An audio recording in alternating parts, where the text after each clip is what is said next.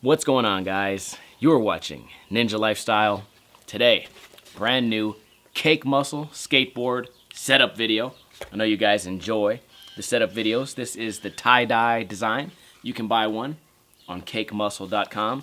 The last skateboard lasted about 50 days, which to me is a long time considering that I've been skating a lot lately.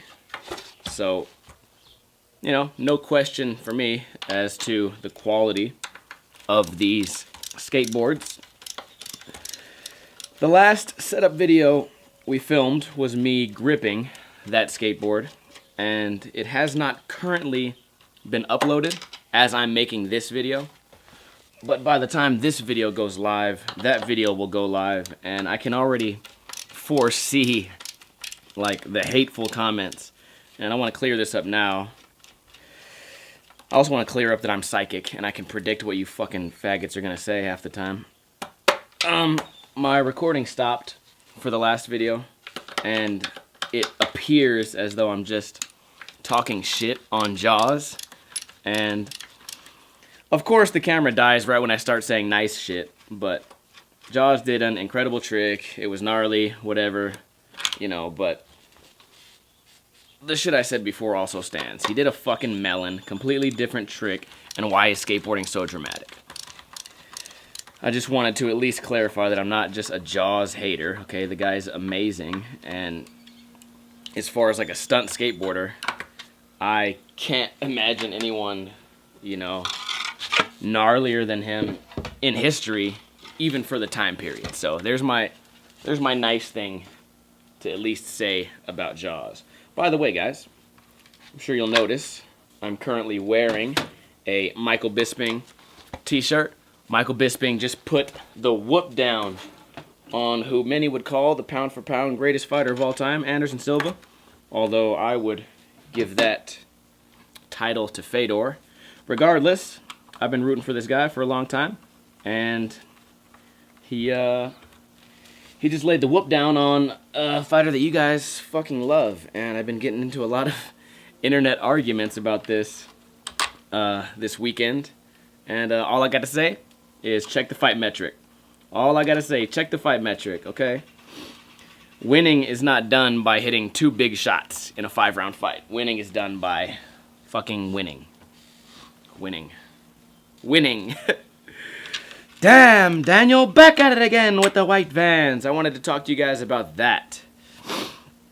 This kid, Damn Daniel, went on Ellen and was giving a year supply, or no, not a year supply, a lifetime supply of free Vans. And I wanted to connect this to the Revive Pros in the sense that this guy, Damn Daniel, just because he wore some Vans and made a viral video, did so much advertising for Vans that they're gonna make an extra, I don't know, X amount of thousands of dollars this year.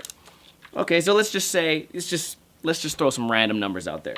Let's say Vans, because of this one kid and his one viral video, let's say they make an extra $30,000 this year, which to Vans is probably nothing on the corporate spectrum. They probably spend more than that on just like advertising little surf events and shit. But let's say they make an extra $30,000. Lifetime supply of shoes for this kid probably costs Vans $5,000. So they just made $30,000, and all they had to do was spend. You guys hear that plane? All they had to do was spend $5,000. Now, I haven't seen it yet, but I'm sure it's out there. A bunch of people saying, why does this guy get free Vans? Why does this guy get free Vans? He can't even kickflip. Well, the weird thing about Vans is it's not always about who can kickflip and what tricks you can do. It's about this random guy just made that company a fuckload of money. So let's take that to someone like Aaron Cairo or Doug Desautel. Why are they pro? Why are they pro? There's all kind of people in LA that are better than them. Ooh. Well, the issue is this. If you put their name on a skateboard that has the exact same graphic as an Aaron Cairo board, which one's gonna sell 100 times more the Aaron Cairo board because he has a fan base. He doesn't have a fan base by accident. He has a fan base because he took the steps to grow it. Now, I'm sorry that those other guys spent all their time learning how to fucking kickflip down giant sets of stairs and didn't have any, time to learn about business, marketing, advertising, social media, any of that. But who the fuck is to blame for that? You can't blame Aaron Cairo that these motherfuckers live in the past. You can't blame Doug Deshotels. And everyone's just like, well, that's horrible for skateboarding. It's horrible. It's gonna set skateboarding back thousands of years. Oh, really? Oh, God, the fall of skateboarding. Whatever are we gonna do? Some fucking guy out there now has his name on a skateboard and somehow that ruins skateboarding? How?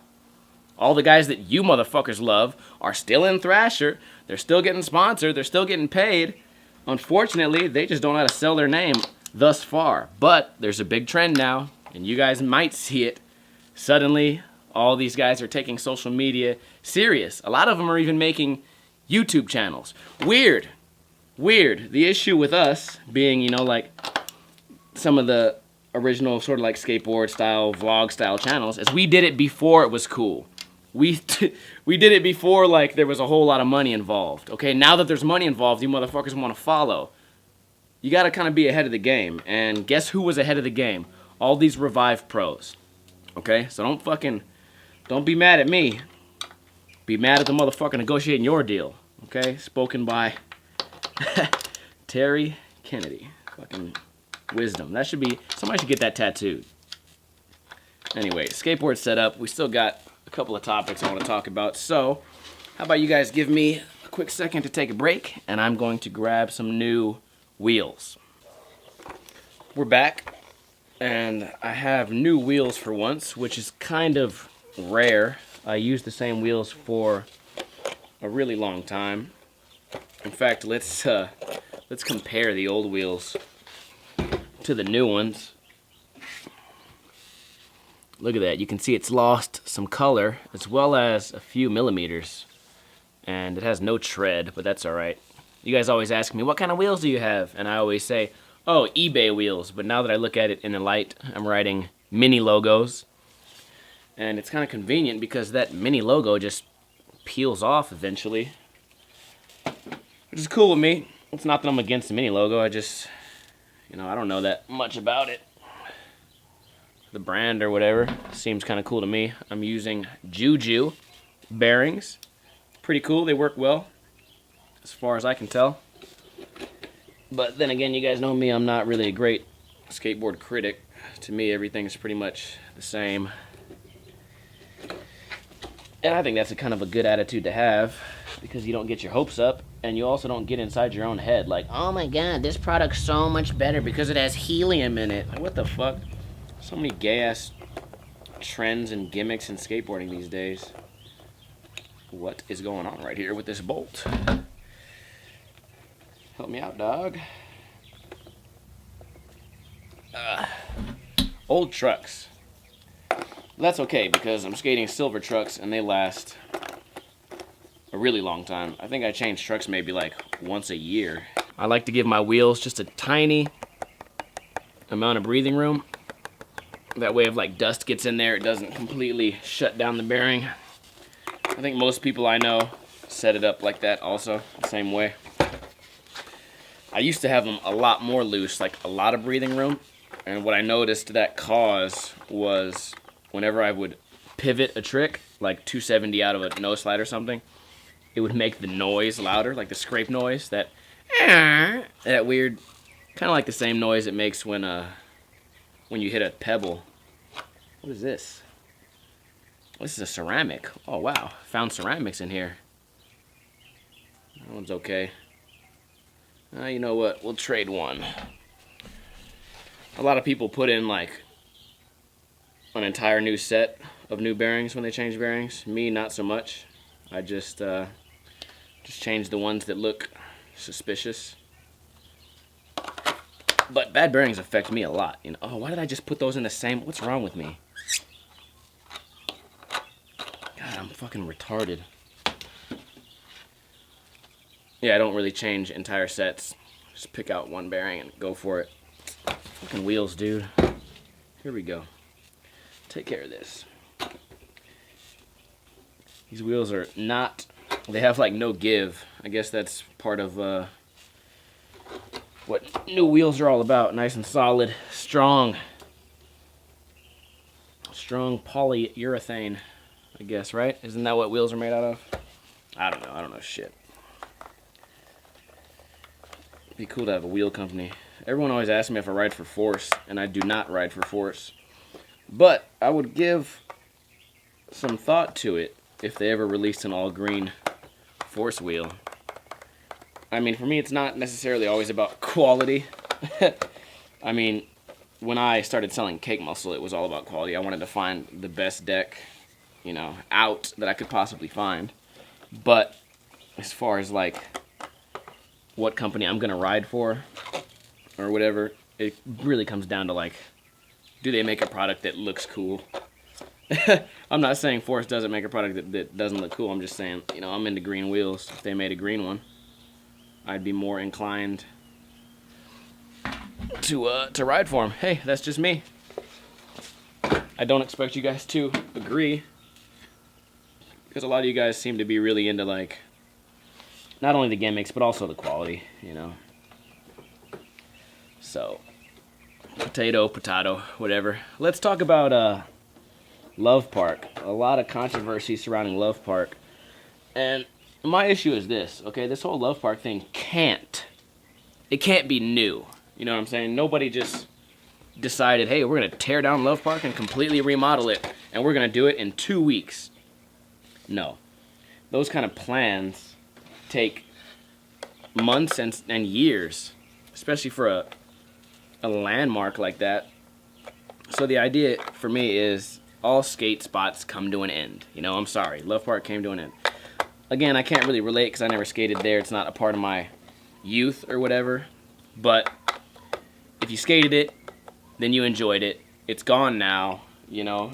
And I guess the city was nice enough to let these kids skate it for the final few days. So really, what else can you ask for? I mean, they're not going to build you a new skate park just because you feel like skating. And it is sad that iconic of a spot is gone. But at the same time, it's like I said, all great spots come to an end, you know?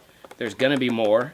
You know, there's construction everywhere. Hopefully, the new Love Park has some sort of, like, throwback or, you know, some sort of, like, remembrance ledge or something for people to skate, so at least you can still go there and have that little nostalgia.